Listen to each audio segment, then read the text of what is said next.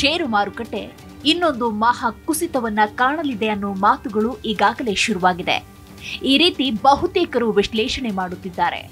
ನಿಜಕ್ಕೂ ವಿತ್ತ ಜಗತ್ತಿನಲ್ಲಿ ಏನಾಗ್ತಿದೆ? ಷೇರು ಮಾರುಕಟ್ಟೆ ಮಹಾ ಕುಸಿತವನ್ನ ಕಾಣಲಿದೆಯೇ? ರಷ್ಯಾದ ತೈಲವನ್ನ ಮೋದಿ ಕೊಳ್ಳುವುದನ್ನ ಕಡಿಮೆ ಮಾಡ್ತಾರೆಯೇ?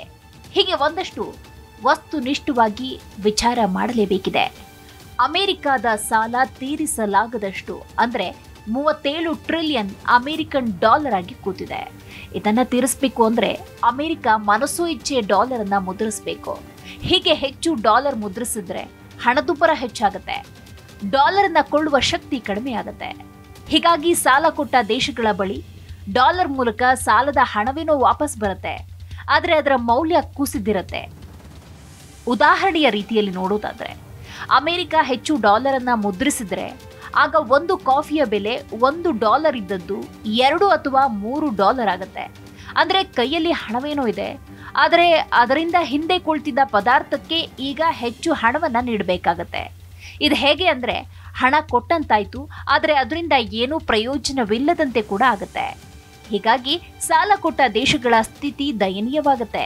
ಇದು 2 ರೀತಿಯ ಪರಿಣಾಮಗಳನ್ನ ಬೀರುತ್ತೆ. ಒಂದು, ಬರಬೇಕಿದ್ದ ಹಣ ಬಂದ್ರೂ ಮೌಲ್ಯ ಕುಸಿತವಾಗುತ್ತೆ. 2, ಬಹಳಷ್ಟು ದೇಶಗಳು ಈಗಾಗಲೇ ಡಾಲರ್ನ ತಮ್ಮ ರಿಸರ್ವ್ ಹಣವನ್ನ ಇಟ್ಟುಕೊಂಡಿವೆ, ಹೀಗಾಗಿ ಅದರ ಮೌಲ್ಯ ಕೂಡ ಕುಸಿತಾ ಇದೆ. ಇದೊಂದು ತೀರಾ ವಿಚಿತ್ರ ಸನ್ನಿವೇಶ.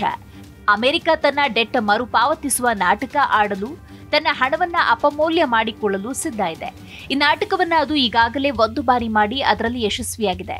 1971ರಲ್ಲಿ ನಿಕ್ಸನ್ ಡಾಲರ್ ಮುದ್ರಣಕ್ಕೆ ಇದ್ದ ಗೋಲ್ಡ್ ಬ್ಯಾಕಪ್ ಅನ್ನ ತೆಗೆದು ಬೇಕಾದ ಹಾಗೆ ಡಾಲರ್ ಅನ್ನ ಮುದ್ರಿಸಿದ್ರು. ಆಗ ಜಗತ್ತಿನ ಇತರ ದೇಶಗಳು, ಅದರಲ್ಲೂ ಹೆಚ್ಚಿನ ಬಂಗಾರದ ರಿಸರ್ವ್ ಹೊಂದಿದಂತಹ ದೇಶಗಳು ಬೆಸ್ತು ಬಿದ್ದಿದ್ವು. ಚಿನ್ನದ ಬೆಲೆ ಕುಸಿತ ಕಂಡಿತ್ತು. ಮೌಲ್ಯವಿಲ್ಲದ ಡಾಲರ್ ಎನ್ನುವ ಕಾಗದದ ತುಂಡಿಗೆ ದೇಶಗಳು ಚಿನ್ನವನ್ನ ಮಾರಿಕೊಂಡಿದ್ವು. ಆನಂತರ ಅಮೆರಿಕ ಇಲ್ಲಿಯ ತನಕ ರಾಜ್ಯಭಾರ ಮಾಡಿಕೊಂಡು ಬಂದಿತು. ಕೋವಿಡ್ ಸಮಯದಲ್ಲೂ ಕೂಡ ಅಮೆರಿಕ ಮನಸೋ ಇಚ್ಛೆ ಡಾಲರ್ ಮುದ್ರಿಸಿದ್ದು ಜಗತ್ತಿಗೆ ಗೊತ್ತಿರೋ ವಿಷಯ. ಹಾಗಾದ್ರೆ ಇವತ್ತಿನ ಪರಿಸ್ಥಿತಿ ಏನಾಗ್ತಾ ಇದೆ? ಅಮೆರಿಕ 1971ರಲ್ಲಿ ಆಡಿದ ಆಟವನ್ನ ಮತ್ತೆ ಆಡಲು ಹೊರಟಿದೆ. ಈ ಬಾರಿ ಅದು ಡಾಲರ್ ಮುದ್ರಿಸುವುದಿಲ್ಲ. ಜಗತ್ತಿಗೆ ಅದರ ಆಟ ಈಗ ಗೊತ್ತಾಗಿದೆ. ಹೀಗಾಗಿ ಅಮೆರಿಕ ಸ್ಟೇಬಲ್ ಕಾಯಿನ್ ಎನ್ನುವ ಡಿಜಿಟಲ್ ಡಾಲರ್ ಅನ್ನ ತರಲಿದೆ. ಅದಕ್ಕೆ ಪ್ರೈಮರಿ ಬ್ಯಾಕಪ್ ಆಗಿ ಡಾಲರ್ 2ನೇ ಲೇಯರ್ ಬ್ಯಾಕಪ್ ಆಗಿ ಬಿಟ್ಕಾಯಿನ್ ಬಳಸಲಿದ್ದಾರೆ. ಹೀಗಾಗಿ ಅಮೆರಿಕ ತನ್ನಲ್ಲಿರುವ ಚಿನ್ನವನ್ನ ಮಾರಿ ಅದನ್ನ ಬಿಟ್ಕಾಯಿನ್ ಕೊಳ್ಳಲು ಬಳಸ್ತಾ ಇದೆ. ಇದರಲ್ಲಿ ಅದು ಯಶಸ್ವಿಯಾದರೆ ಜಗತ್ತಿನ ಎಲ್ಲಾ ದೇಶಗಳು ಸ್ಟೇಬಲ್ ಕಾಯಿನ್ ಬಳಸಬೇಕಾಗುತ್ತೆ, ಇಲ್ಲವೇ ತಮ್ಮ ದೇಶದ ಸ್ಟೇಬಲ್ ಕಾಯಿನ್ ಅನ್ನ ಲಾಂಚ್ ಮಾಡಬೇಕಾಗತ್ತೆ. ಆಗ ಅಮೆರಿಕನ್ ಸ್ಟೇಬಲ್ ಕಾಯಿನ್ ಜೊತೆಗೆ ಬೆಲೆಯನ್ನ ನಿರ್ಧಾರ ಮಾಡಬೇಕಾಗತ್ತೆ. ಅರ್ಥ ಸರಳ, ಹೊಸದಾಗಿ ರೀಸೆಟ್ ಬಟನ್ ಒತ್ತಲು ಈ ಎಲ್ಲಾ ಕಸರತ್ತು. ಇದರಿಂದ ಹೆಚ್ಚಿನ ಕಷ್ಟಪಡದೆ ತನ್ನ ಸಾಲವನ್ನ ಅಮೆರಿಕ ತೀರಿಸಿಕೊಳ್ಳುತ್ತೆ. ತಾನು ಸೋತ ಆಟವನ್ನ ಮುಗಿಸಿ ಬೇರೆ ಹೊಸ ಆಟ ಆಡೋಣ ಅನ್ನೋ ರೀತಿ ಇದು. 1971ರ ಸಮಯದಲ್ಲಿ ಅಮೆರಿಕ ಜಗತ್ತನ್ನ ಸುಲಭವಾಗಿ ಮೋಸ ಮಾಡಿತು. ಯಾಕಂದ್ರೆ 2ನೇ ಮಹಾಯುದ್ಧದಿಂದ ಚೇತರಿಸಿಕೊಳ್ತಾ ಇದ್ದ ಜಗತ್ತಿಗೆ ನೆಮ್ಮದಿ ಬೇಕಿತ್ತು. ಇನ್ನೊಂದು ಸಂಘರ್ಷಕ್ಕೆ ಯಾವ ದೇಶಗಳು ಸಿದ್ಧ ಇರಲಿಲ್ಲ. ಹೀಗಾಗಿ ಅಮೆರಿಕ ಅಂದು ತನ್ನ ಮೋಸದಾಟದಲ್ಲಿ ಗೆದ್ದು ಬಿಟ್ಟಿತ್ತು. ಇವತ್ತು ಅಮೆರಿಕ ಮತ್ತೆ ಚಿನ್ನವನ್ನ ಮುಂದಿಟ್ಟುಕೊಂಡು ಚಿನ್ನದಿಂದ ಯಾವ ಪ್ರಯೋಜನ ಇಲ್ಲ, ಬಿಟ್ಕಾಯಿನ್ ಅತಿ ಮುಖ್ಯ ಎಂದು ಚಿನ್ನವನ್ನ ಮಾರಿ ಬಿಟ್ಕಾಯಿನ್ ಸಂಗ್ರಹಿಸ್ತಾ ಇದೆ. ಆದರೆ ಚೀನಾ, ರಷ್ಯಾ, ಜಪಾನ್, ಭಾರತ ದೇಶಗಳು ಅಮೆರಿಕ ಮತ್ತೊಮ್ಮೆ ಮೋಸ ಮಾಡ್ತಿದೆ ಅನ್ನೋದನ್ನ ತಿಳಿದುಕೊಂಡಿದ್ದಾವೆ. ಹೀಗಾಗಿ ಅವು ತಮ್ಮ ರಿಸರ್ವ್ನಲ್ಲಿರುವ ಡಾಲರ್ ಹಣವನ್ನ ಮಾರಿ ಚಿನ್ನವನ್ನ ಖರೀದಿ ಮಾಡ್ತಿವೆ. ಜಾಗತಿಕ ಮಟ್ಟದಲ್ಲಿ ಚಿನ್ನದ ಬೆಲೆ ಏರಿಕೆಗೆ ಇದು ಕೂಡ ಕಾರಣ. ಯಾವ ಚಿನ್ನಕ್ಕೆ ಬೆಲೆ ಇಲ್ಲ ಎಂದು ಅಮೆರಿಕ ಹೇಳ್ತಿದೆ, ಅದನ್ನ ಜಗತ್ತಿನ ಬೇರೆ ಶಕ್ತಿಶಾಲಿ ದೇಶಗಳು ಕೊಂಡು ಸಂಗ್ರಹಿಸಲು ಶುರು ಮಾಡಿವೆ. ಹಣಕಾಸಿನ ಆಟಕ್ಕೆ ಒಂದು ಬೇಸ್ ಬೇಕು. 1971ರಲ್ಲಿ ಚಿನ್ನ ಬೇಸ್ ಅಲ್ಲ ಎಂದು ಅಮೆರಿಕ ಹೇಳಿದಾಗ ಎಲ್ಲ ದೇಶಗಳು ಅದನ್ನ ನಂಬಿ ಡಾಲರ್ನಲ್ಲಿ ಹೆಚ್ಚು ರಿಸರ್ವ್ ಇಟ್ಟುಕೊಂಡವು. ಈ ಬಾರಿ ಮತ್ತೆ ಅಮೆರಿಕ ಚಿನ್ನವಲ್ಲ ಬಿಟ್ಕಾಯಿನ್ ಎನ್ನುವ ಹಾಡು ಹಾಡ್ತಾ ಇದೆ. ಒಪ್ಪಲು ಇಂದಿನ ಸಮಯದಲ್ಲಿ ಪ್ರಮುಖ 5-6 ದೇಶಗಳು ಸಿದ್ಧವೇ ಇಲ್ಲ. ಹೀಗಾಗಿ ಸಂಘರ್ಷ ಶುರುವಾಗಿದೆ. ಬ್ರಿಕ್ಸ್ ಒಕ್ಕೂಟ ಡಿ-ಡಾಲರೈಸೇಷನ್ ಮಾತನ್ನ ಮುನ್ನೆಲೆಗೆ ತಂದಿತು. ಅಮೆರಿಕ ಒಂದು ಹೆಜ್ಜೆ ಮುಂದೆ ಹೋಗಿ ಡಾಲರ್ ಹಣವನ್ನ ಪೂರ್ಣವಾಗಿ ನಾಶ ಮಾಡಲು ಸಿದ್ಧವಿದೆ.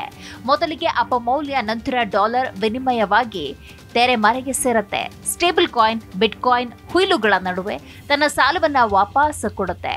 ಕೈಯಲ್ಲಿ ಕೊಟ್ಟ ಹಣ ವಾಪಸ್ ಪಡೆದವು ಅಂತ ಅನ್ಸತ್ತೆ, ಆದರೆ ಕೊಳ್ಳುವ ಶಕ್ತಿ ಇಲ್ಲವಾಗುತ್ತೆ. ಈ ಆಟದಿಂದ ಅಮೆರಿಕ 30-40% ಕೊಡಬೇಕಾದ ಹಣದಲ್ಲಿ ಉಳಿಸಿಕೊಂಡಂತೆ ಆಗತ್ತೆ. ದಾಖಲಾತಿ ಪ್ರಕಾರ 37 ಟ್ರಿಲಿಯನ್ ವಾಪಸ್ ಕೊಟ್ಟಂತೆ, ಆದರೆ ನಿಜಾರ್ಥದಲ್ಲಿ ಅದು 25-26 ಟ್ರಿಲಿಯನ್ ಹಣವನ್ನ ವಾಪಸ್ ಕೊಟ್ಟಿರುತ್ತೆ. ಸ್ಟೇಬಲ್ ಕಾಯಿನ್ ಬೆಲೆ ನಿಗದಿಯಲ್ಲಿ ಅದು ಅಷ್ಟು ಲಾಭ ಮಾಡಿಕೊಳ್ಳುತ್ತೆ. ಮಹತ್ತರ ಬದಲಾವಣೆಯ ಕಾಲದಲ್ಲಿ ಏರುಪೇರು ತೀರಾ ಸಹಜ. ಈ ಪ್ರಕ್ರಿಯೆಯಲ್ಲಿ ಅಮೆರಿಕದ ಷೇರು ಮಾರುಕಟ್ಟೆ ಕುಸಿತ ಕಾಣಲಿದೆ. ಇದು ಕೂಡ ನಿಜ. ಮುಂದಿನ 10-12 ತಿಂಗಳಿನಲ್ಲಿ ನಾವು ಇದನ್ನು ಕಾಣಬಹುದು. ಭಾರತದ ಷೇರು ಮಾರುಕಟ್ಟೆಯ ಮೇಲೂ ಇದರ ಪರಿಣಾಮ ಬೀಳಲಿದೆ, ಆದರೆ ಅದು ಹೆಚ್ಚಿನದಾಗಿರುವುದಿಲ್ಲ. ಇವತ್ತಿನ ದಿನದಲ್ಲಿ ಭಾರತಕ್ಕಿಂತ ಉತ್ತಮ ದೇಶ ಹೂಡಿಕೆಗೆ ಬೇರೊಂದಿಲ್ಲ ಅನ್ನೋ ಮಾತುಗಳನ್ನು ನಾವು ಮರೆಯೋದು ಬೇಡ. ಮೋದಿ ರಷ್ಯಾದ ತೈಲ ಕೊಳ್ಳೋದ್ರಲ್ಲಿ ಸ್ವಲ್ಪ ಕಡಿಮೆ ಮಾಡಲು ಮನಸ್ಸು ಮಾಡಿದ್ದಾರೆ. ಟ್ರಂಪ್ ತೆರಿಗೆ ಕಡಿಮೆ ಮಾಡೋದಾಗಿ ಹೇಳಿದ್ದಾರೆ. ಇದು ಮೋದಿಯ ಶರಣಾಗತಿಯಲ್ಲ, ಹಾಗೆ ಟ್ರಂಪ್ ಜಯ ಕೂಡ ಅಲ್ಲ. ಮೋದಿ ದೇಶಕ್ಕೆ ಯಾವುದು ಹೆಚ್ಚು ಹಿತ, ಯಾವುದು ಲಾಭ, ಅದನ್ನು ಮಾಡಲು ಮಧ್ಯದಲ್ಲಿ ನಿಂತಿದ್ದಾರೆ.